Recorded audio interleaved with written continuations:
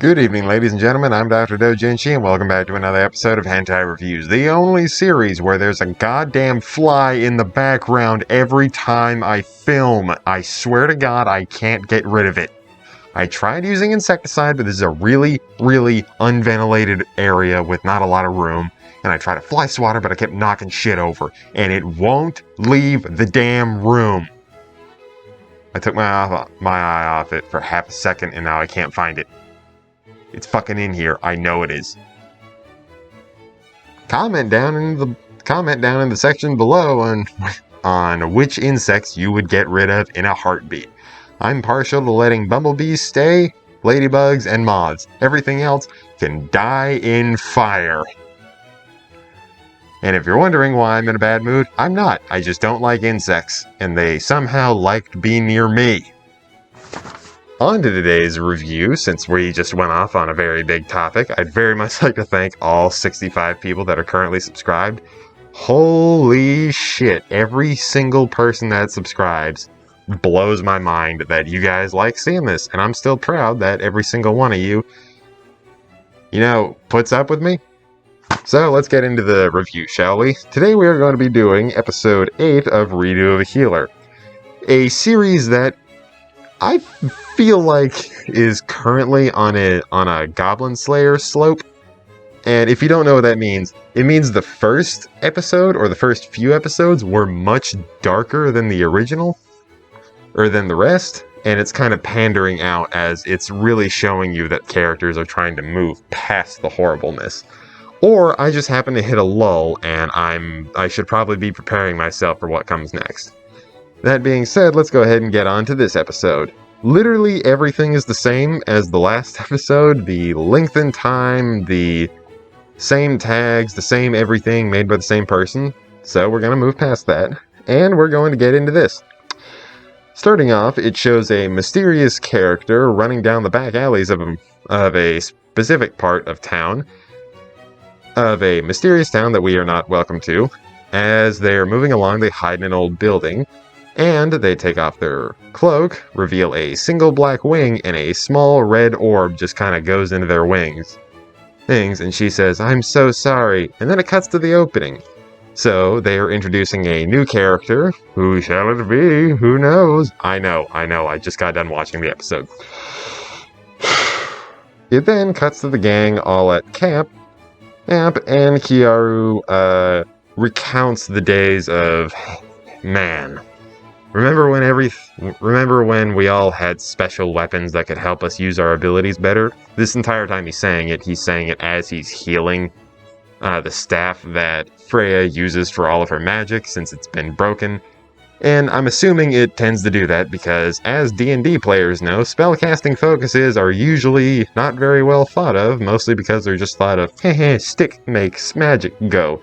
But when you realize it's like using a gun, every time you use it, you gotta be careful with it, because at some point you're gonna have to clean it, or if you don't clean it, you're gonna have to replace some broken parts because you're a terrible owner. He then recounts the special weapons that each character was given and thinks, hey, if I got a weapon, I wonder what it would be.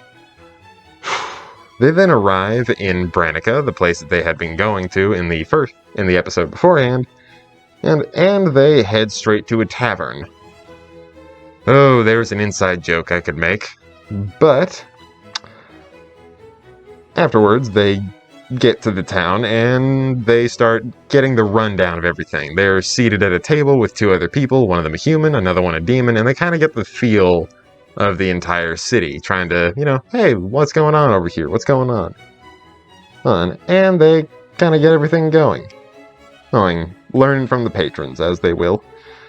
A little bit later, the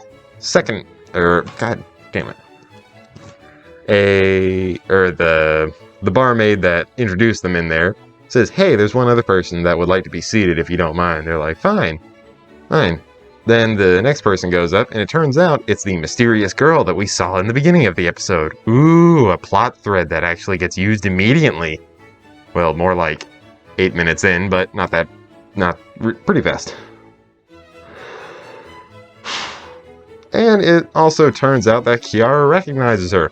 It was the demon. Turns out this is the Demon King before she became the Demon King. And I'd like to applaud their progressiveness when it comes towards titles. You can be a king no matter what's in your pants. Yes. Good job. And what I'm referring to is in the beginning of the first episode, after the character had gone through all of his things, and then he had turned his back on Flair, back when she was an evil bitch, he one-shotted the Demon King, grabbed the Philosopher's Stone inside of her, and then reset the whole thing. He is meeting that Demon King prior to when she had her abilities. So she's now a lower level version of herself.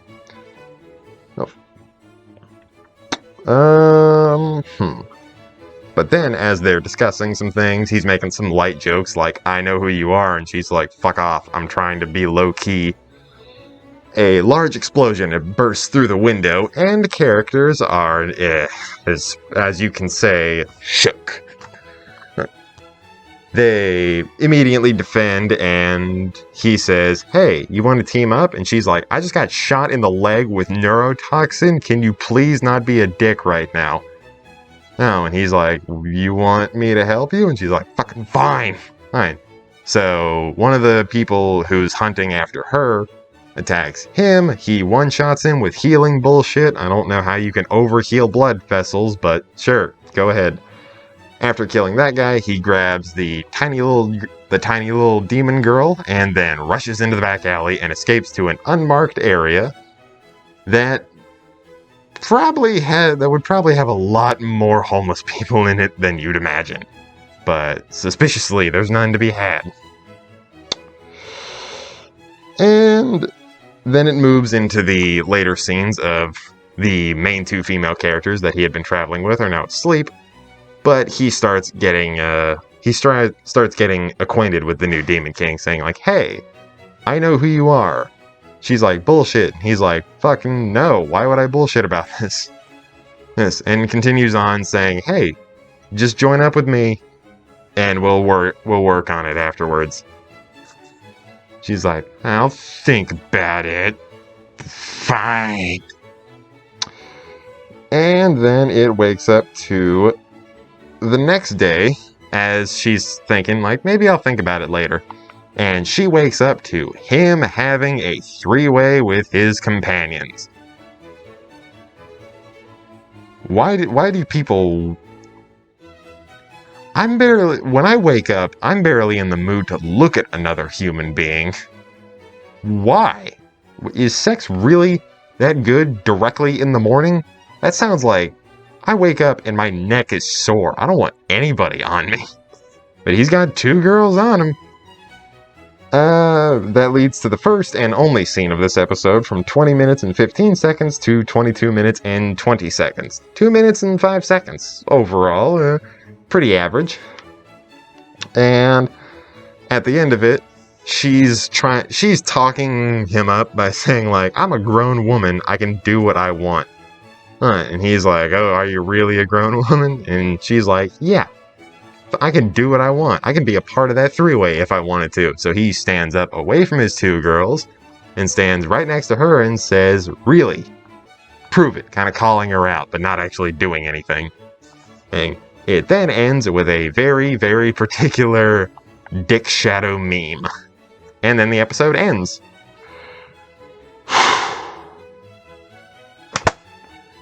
Honestly, I really liked this episode.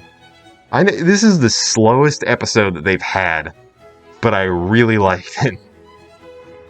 I think it's mostly because this episode just happens to be one of those things where it's like, hey, we're going to do a little bit of world building.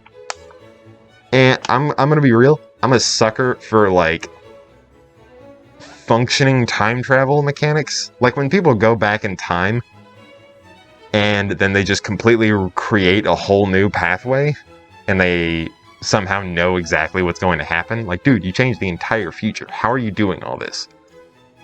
But then when there's certain things that fall into categories, I love the way that it pans out the way that it did. Maybe that's just me. I love time travel in sorts of things if it's done well. This isn't really done super well, but it is little ticks in a box that I really like. Plus, I like the new girl. I'm pretty sure, I don't even think I've gotten her name yet. All I know is Darkwing Clan, or Blackwing Clan. And she has the name, no, she's Eve. Yeah, that's it. Yeah. Her name's Eve. She has dark wings. She's part of the demons. Haha.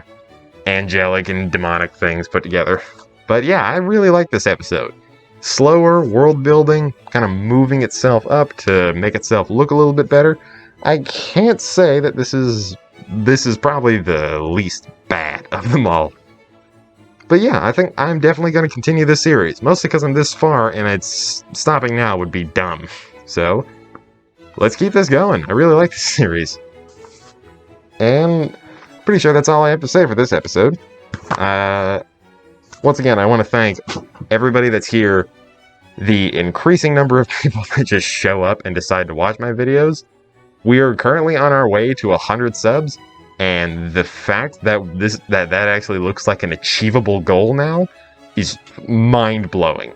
I said 100, and I was like, I didn't even make 100 friends in high school. And now it seems I'm doing pretty well. So thank you absolutely everybody. From the people who've been here since the beginning, you know who you are, the guy who comments on almost everything. And the new people who are getting more acquainted with my stuff, I thank each and every one of you. God bless you, or whatever other God you believe in, or if you don't believe in anyone, just bless you. Thank you for being here and watching me make an idiot of myself as I accurately tell you what's on my search history. So, I want to thank everybody, wish you all the best, and we're going to end it here. I have been the Doctor. Just remember, don't be a dick, there's too many. Have a nice day, and wash your fucking hands. I've been the Doctor. Peace. Get the fuck out of my house, you goddamn fly!